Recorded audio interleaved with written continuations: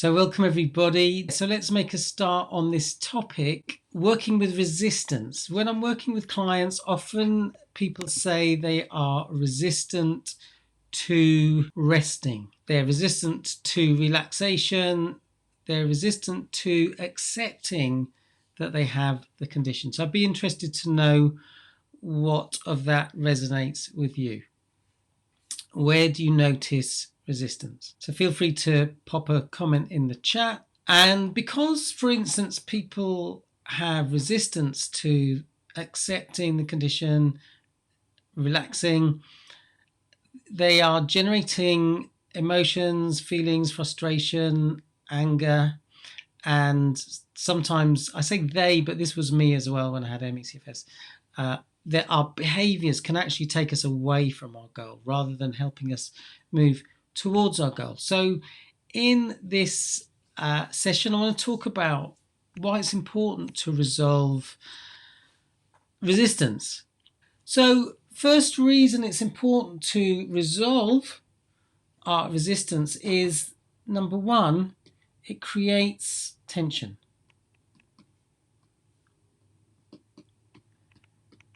And if we're creating tension, that is actually going to deplete energy, and it's going to put our body in a state of fight, flight, freeze, which hinders healing. So as I say, I'm really interested to know what your reasons are for resistance. What are your thoughts around your own resistance to having the condition, to resting, relaxing? I'll talk about some of my observations from working with clients and also from my own experience of having had MECFS for 8 years. At times I was completely bedbound, not able to walk. So what comes up from those conversations is one of the reasons that people have resistance is because of trauma.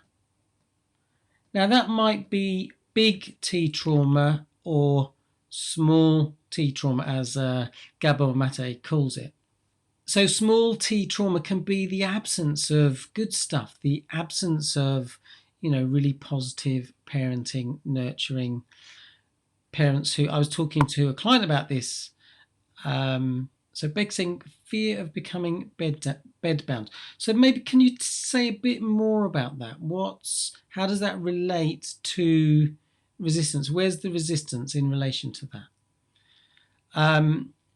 So yeah, I was chatting to a client about this today, that some people very clearly, there are two kinds of parents. One kind of parenting is where parents are kind of quite hands-off. They kind of say things like, oh, look, the kids can sort it out between themselves. And they're a bit absent. And the alternative is parents who are hands-on. They're able to recognize the needs of the child, or actually even find out what the child needs. They're demonstrating empathy. And some clients have said that, they've recognized that their parenting they received was quite hands-off, and they didn't feel that they were getting their emotional needs met to the extent that they needed. Now, trauma may actually explain some of the other reasons for resistance. So, okay, Becky's saying, if I give in to resting or laying down, I fear I will be stuck there. I know it sounds unreasonable, but it is actually very common that people think that, okay? I have worked with clients, that has been one of the issues. And I'll talk a bit more about what the implication of that is. But so you're not alone in having that response, okay? Just want you to know that. So one reason for resistance is related to trauma. That can feed into the second pattern, but not always, that anxiety can be a driver for the resistance. So, if we don't feel safe, if we don't have the capacity for self-regulation, being able to regulate our emotions, being able to differentiate between our perspective, other people's perspective, if we're driven by a need for acceptance, then it means we don't trust ourselves, we don't trust our own instincts. And one of the strategies for feeling out of control, not feeling safe, is that we try and control everything in an attempt to feel safe. The problem with that is that we can't control everything, number one, and number two, it's exhausting trying to control everything. And I speak as someone who did experience anxiety prior to MECFS and during when I had MECFS. So Karen's saying, learn association that resting is lazy. Yeah, I'll talk about that in a minute. Brought up with the idea that of not being lazy. I'm slowly learning to undo this belief. That's excellent, Karen. And that is something I'm going to talk about very soon. Okay. Now, one of the things that shows up when people say they find it difficult to relax is that people find it difficult to let go. And this is something I remember experiencing. So, for example, one of the things that people describe is they'll be falling asleep and they'll suddenly jerk awake. And it's as if the very act of falling asleep is an act of letting go. And there is some fear around letting go. Okay, so they kind of jerk awake. And that's, as I say, something I used to do. So we'll talk about sort of strategies around that. Now, there is this notion of anxiety, this debate as to whether it's the result of nature or the result of nurture. So, for example, nurture is, trauma might be an example of that. The way we're brought up, our childhood experiences, that's to do with the way we're nurtured. There's a very interesting study that was carried out by, I think it's called Michael Meaney in Canada, one of the Canadian universities, and he found that the way rats were nurtured influenced what genes were switched on and what genes were switched off. So the rats that weren't nurtured by their mother actually activated more of the genes that were related to stress. And the rats that were nurtured by the mother, actually those were downregulated, and the genes that were upregulated were the genes that actually kept them in a more regulated state, that activated the parasympathetic state. So that's very interesting research. I remember chatting to someone who's got 2 children who said, because I thought that it was all about nurture, and she said, well, actually, when my first child was born, he was actually quite timid and nervous, and it was almost as if he was wanting to go back in the womb. And she said, when my second child was born, it's almost as if he came out with the attitude of, where's the party? Okay, now that doesn't mean we're stuck with those kind of characteristics, because the older child did learn to be a much more relaxed chap. So the next thing, which kind of relates to what Karen's just alluded to, is that, our resistance to rest, our resistance to relaxing, our resistance to accepting the condition may be due to beliefs we've adopted. So Gabor Mate talks about the need for attachment, and therefore we balance that with our need for separation or authenticity. So sometimes we adopt beliefs, and that can be part of a desire to be accepted, survival need. Karen saying yes, Phil, thank you. So some of the beliefs, values that we can adopt is kind of the work ethic, which relates to what Karen was saying. The belief that if we're resting, we're lazy. I remember working with a client who had been out to a party, and she wasn't letting herself just have a lie-in the next morning, even though it was a weekend. And so, we talked about that, and it was very clear that that was a belief that she'd adopted. Okay. Some people have a belief around sickness that being sick is a weakness, it's a failing. So there's a lot of self-judgment going on. And I think there is an issue which is about relationship to ourselves. So again, these things all kind of interconnect. But, you know, some people very clearly, there is a lack of acceptance. There's a lack of acceptance of self, of their own fallibility, the fact they're not perfect. Sometimes they're comparing themselves to others, comparing them to siblings.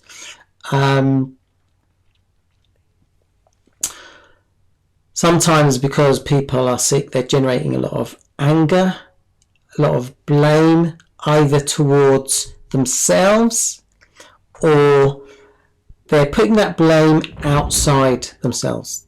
They're putting the blame towards others or to the world. And this can be a defense mechanism, and it kind of feeds into a low self-esteem loop. So the loop is this: we make a mistake, for instance, oh my goodness, I've overdone it and I've relapsed, and because I made a mistake, I get into negative self-talk. You know, I berate myself. I shouldn't have done that. I shouldn't have got sick in the first place. I should have quit my job. You know, what an idiot for doing that. And that's the kind of conversation I had at one point. Then we feel bad. Then that means we generate those feelings of low self-esteem, which means the next time we make a mistake, we repeat that pattern. Yeah, okay, so Colin's saying sometimes there is just nervous energy or too much adrenaline that is running, and we need to be busy to discharge it. Yeah, you know, so one of the things that I noticed when I had MECFS is, for instance, one of the things was there were times when I actually was looking forward to doing something, and I knew that it would be useful for me to rest, but actually I was so keen to do that thing. But yeah, the other point is, which is really important, is that, you know, we don't always need to rest. There are times when actually doing activity, getting some stimulation is really useful thing to be doing. But what I'm talking about here is, because this is a topic that has come up a lot, that people are saying to me, you know, there are times when I know I need to rest, but I really fight it. Okay, so that's, yeah, absolutely good point, that sometimes we actually do need to use our energy. Sometimes we need stimulation. Sometimes we need mental stimulation, physical stimulation, emotional stimulation. So that's very important. So Colin's saying I should be able to recover. Okay, so,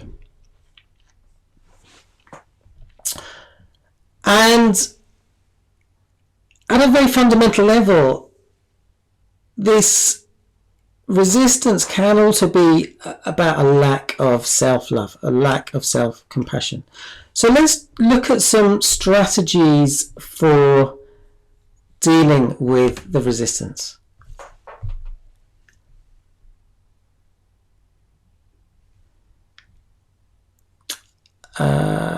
Okay, so strategies for dealing with resistance. First thing I think that's really important is that we need to kind of identify what the drivers are. So Karen mentioned the thing about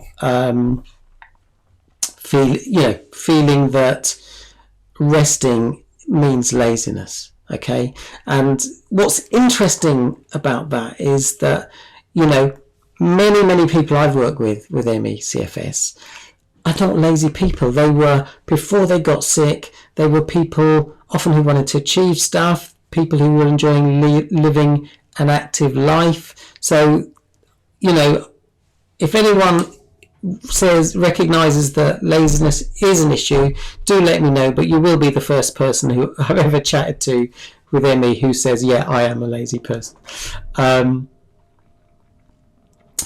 So second step is we need to find ways of processing. Yeah, so we need to process what's going on. I did do a Facebook Live very recently where I talked a lot about different strategies for processing our emotions. So I'm happy to create a little PDF with links to that, also links to some other resources. So if you'd like that, do just pop the word resource in the chat and I'll compile that. I'll put that in the Facebook group. So click the link, which is somewhere above this video, to join the group and you'll be able to access that. But it involves doing work around safety. So one of the things I ask clients is, and this is a really useful question I found to ask myself when I noticed I was generating any type of fight, flight, freeze response, is there a tiger in the room?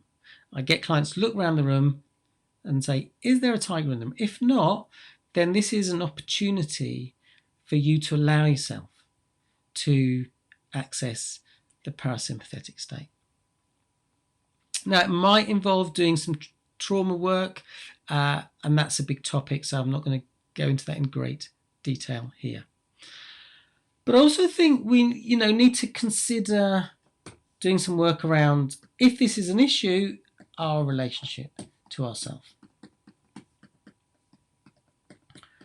So, in fact, this week I've been working with a couple of clients where we've been doing work around changing their operating system, if you like. It's almost like they've got software installed in their brain, or there's a neural pathway that they keep activating, which puts them into a state of fight, flight, freeze. And so we've been doing work on uninstalling that operating system and installing a new operating system, which is more about cultivating trust, cultivating patience, cultivating acceptance,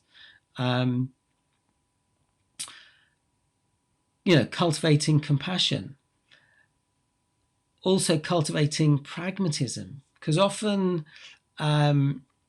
when people are generating frustration and resistance to rest when they need to, relaxation when they need to, acceptance to the condition, there's an opportunity to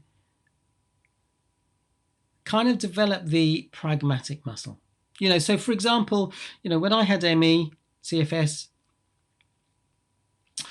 I recognized I needed to kind of really look at my part in the development of the condition. This may not be relevant to everyone, but this was my experience, okay? There were things I did which very clearly contributed to me getting sick. And so I recognized that I played a part in developing the condition, but it was really important to forgive myself, because actually I was always doing my best with the tools that I had. So instead of blaming myself, I was able to break out of that spiral. Oops, hang on. Let's just go to the slides. I was able to break out of that low self-esteem loop and actually create a positive or high self-esteem loop where, I did make mistakes. As I say, there were things I did that contributed to me getting sick. But instead of beating myself up, I actually started talking to myself with compassion. I did my best with the resources and the tools that I had at the time. I couldn't have done anything different at the time because I didn't have the insights that I had further on down the line. And by doing that, I kind of felt okay about the fact that, I had ended up getting sick. I stopped beating myself up so much, and started focusing on what I can do instead. So let's pause a moment and let's just have a look if there's any more comments. Okay, so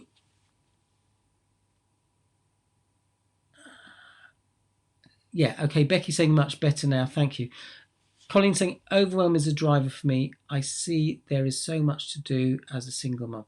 Yeah, and that's, it's a very real challenge. One of the resources that I was thinking of putting in this little PDF is a strategy for dealing with overwhelm.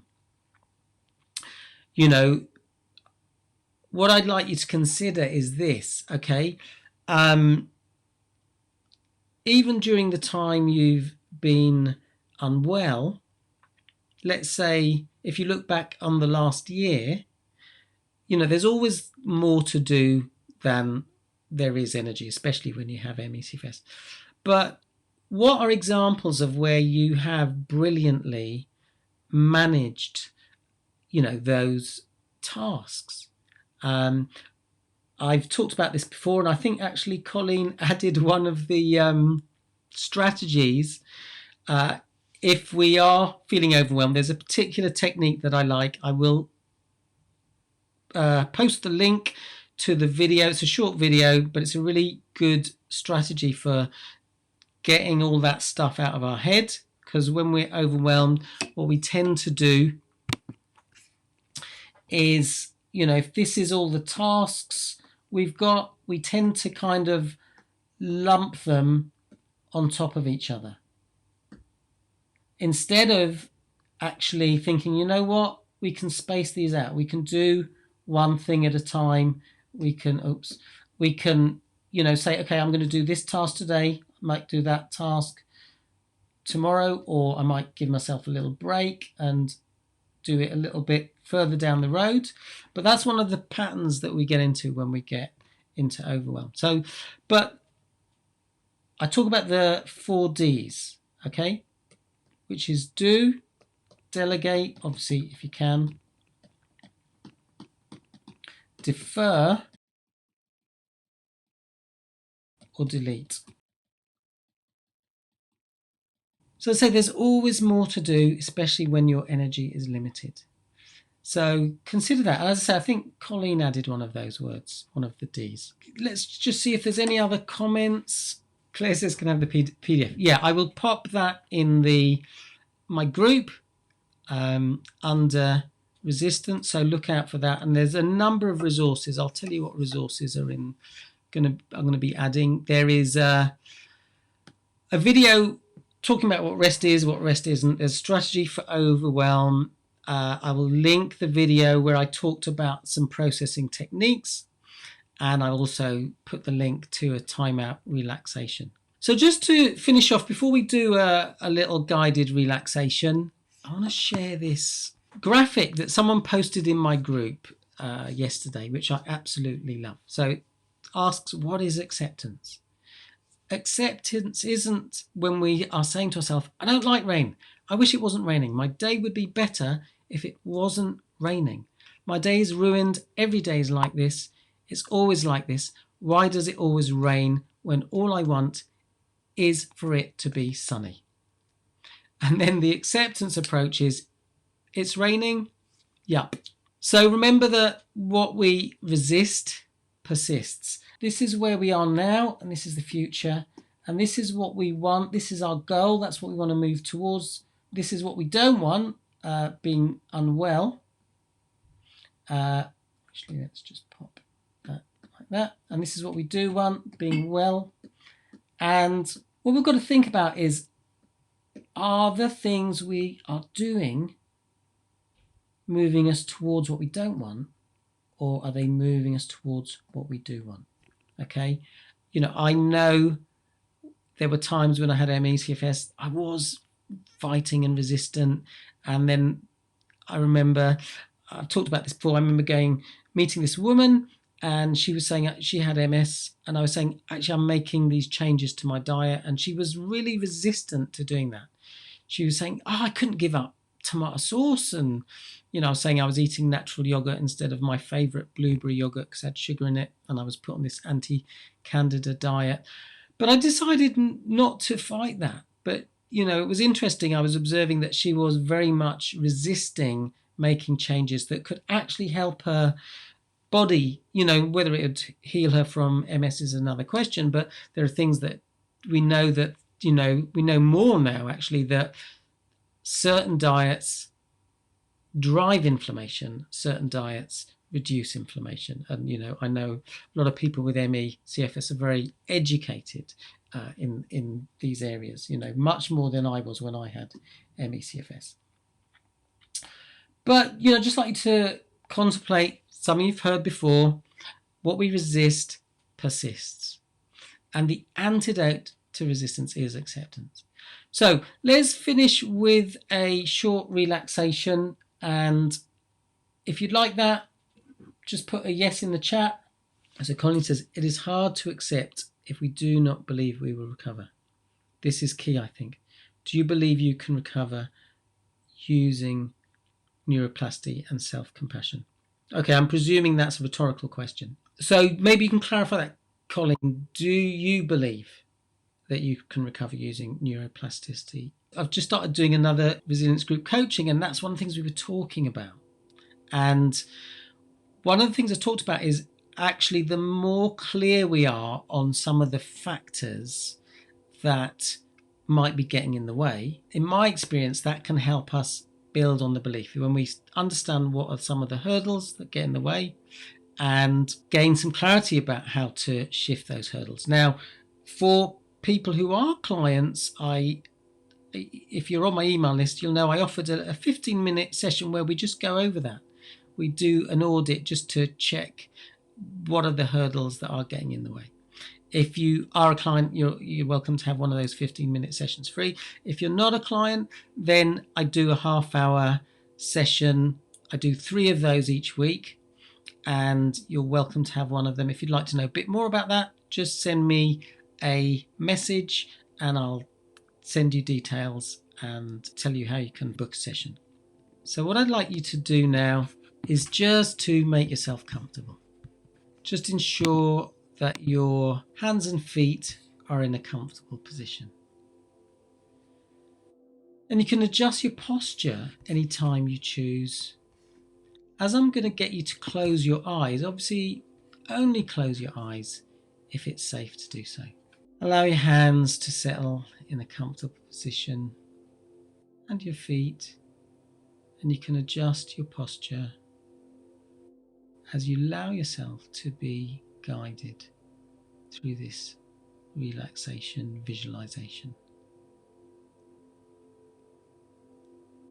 So I'd like you to take a deep breath, breathing in slowly and steadily.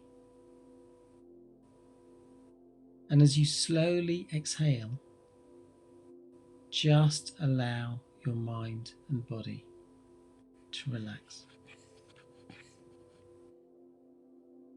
As you breathe in, notice your chest rising, and as you breathe out slowly, notice your shoulders and chest fall. So again, breathe in slowly and deeply. And now releasing the breath, allowing your mind and body to relax. Once more, take in another slow breath, breathing into your belly. And as you slowly exhale, allow your mind and body to relax. And you can continue to breathe normally, and with every breath, allow yourself to feel more and more relaxed.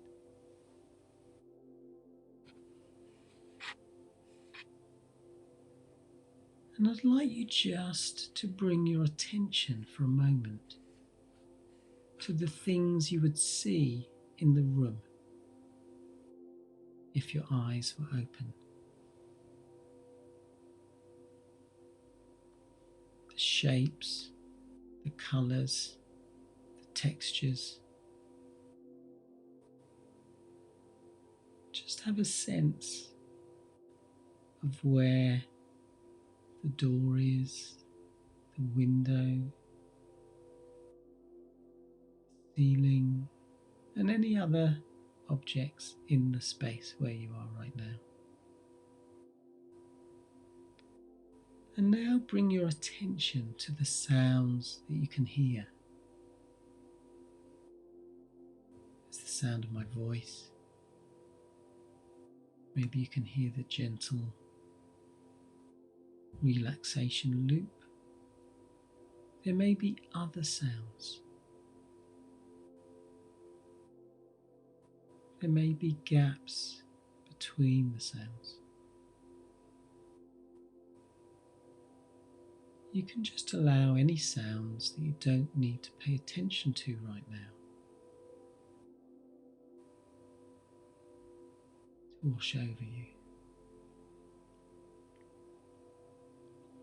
As you bring your attention to your physical body, noticing the position of your body, the contact between your body and any surfaces touching your body.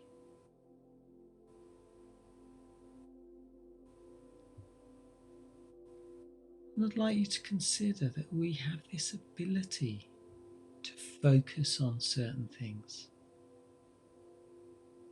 the things that we see, the sounds that we hear, the physical sensations.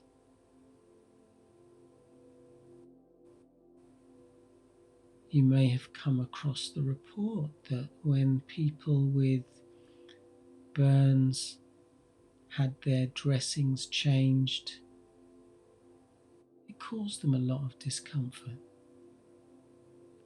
But when they gave these people a virtual game to play, they were able to change the dressings, and the patient experienced much more comfort because they were focusing on playing the game.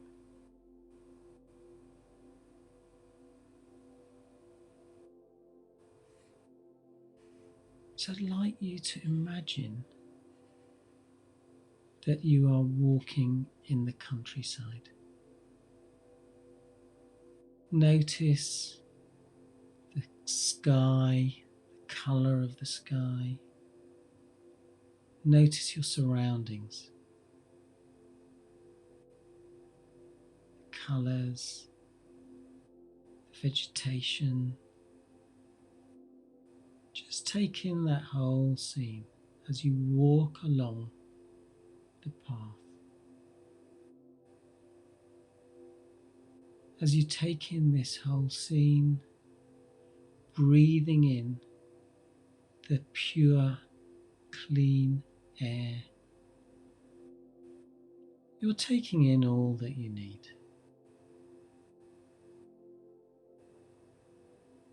As you breathe out, you're just letting go of anything that you don't need right now. And as you do this, as you breathe in,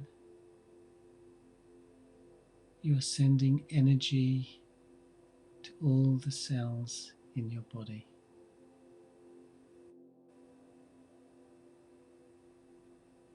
Your body is able to do the housework. It's able to just remove anything from the cells that is no longer needed and filter it out of the system.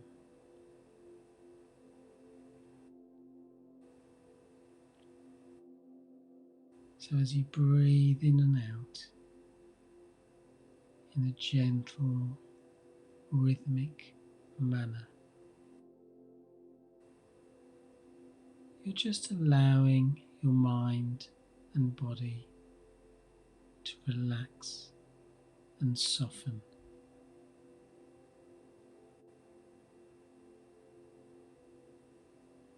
I'd like you to imagine now that there are two paths. There's a fork, and you've got a choice of which path to go down. One path is taking you away from your goals. And one path is taking you towards your goals.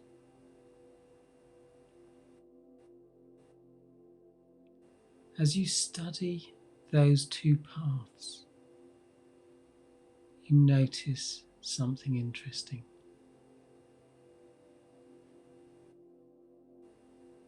The path that takes you away from your goals seems clear of obstacles. It's almost as if it's easier to go down that path. Whereas the path that takes you towards your goals has obstacles.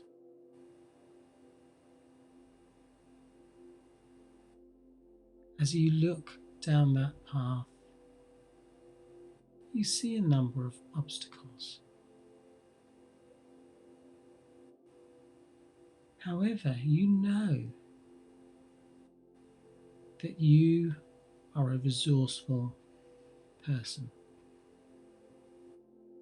You have the capacity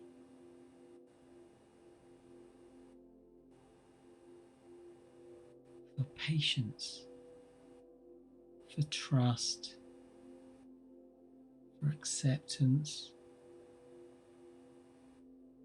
for courage, for compassion,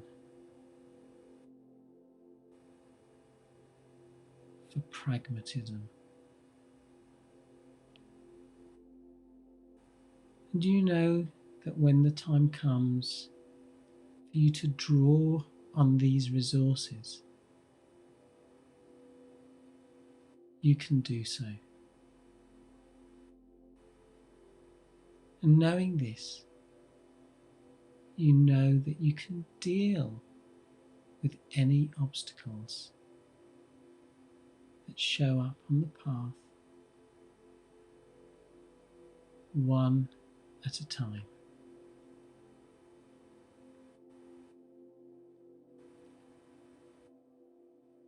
So I'd like you to just imagine that you've decided which path you're going to continue down.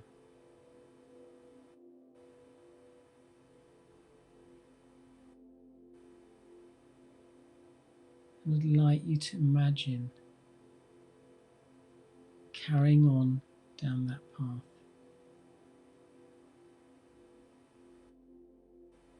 Dealing with any challenges in resourceful ways. Maybe some of those challenges you know how to deal with. You've got tools in your toolbox and you recognise it's time to take that tool out and apply it to the situation. Other times, perhaps you might need to phone a friend, call in the resources that you have around you, ask for help. Maybe you might pose a question to someone who's a little bit further down the track, or resource yourself in some other way.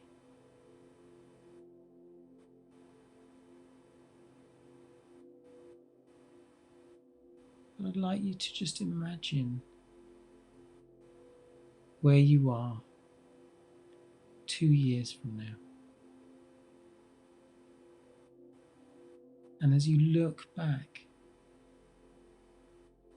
you recognise that you have dealt with many different obstacles in resourceful ways.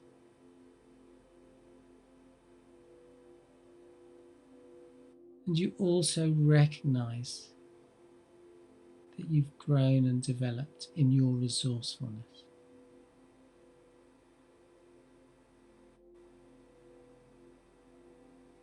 There's a quote that I love that some of you will be familiar with. It's not the strongest of the species that survives, nor the most intelligent, but the one most responsive to change.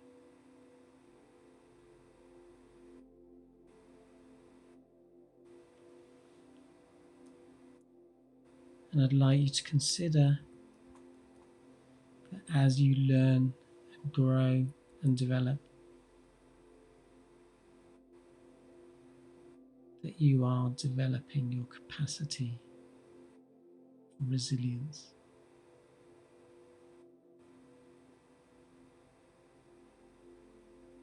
So what I'd like you to do is just allow your unconscious mind to learn whatever you choose to learn from this experience. But knowing that you can use your mind to focus on things that serve you, and knowing that you have the capacity to uncover solutions. I'm going to ask you to come back in a moment, but I'd like to invite you to use your mind to revisit this experience or any other experiences you've had where you were able to access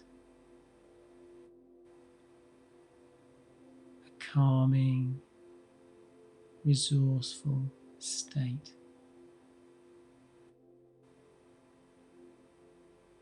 So now I'm going to count from 1 to 5. And when I reach 5, you'll be ready to come back to the room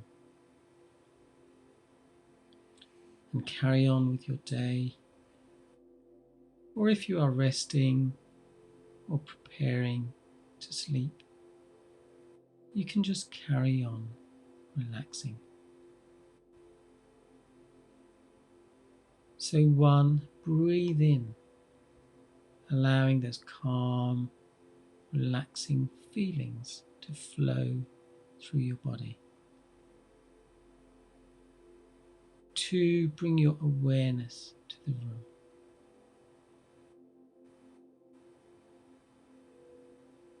3, become aware of the sounds that you hear.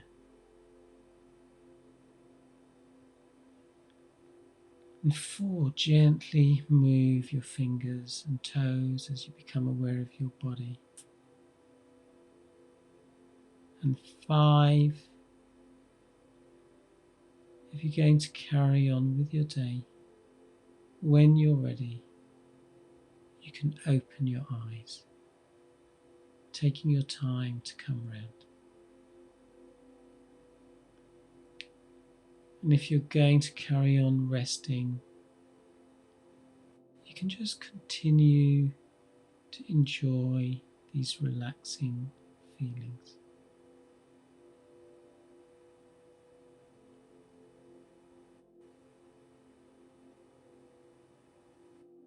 And I'm going to leave this music playing, so if you are relaxing, you can just carry on doing that.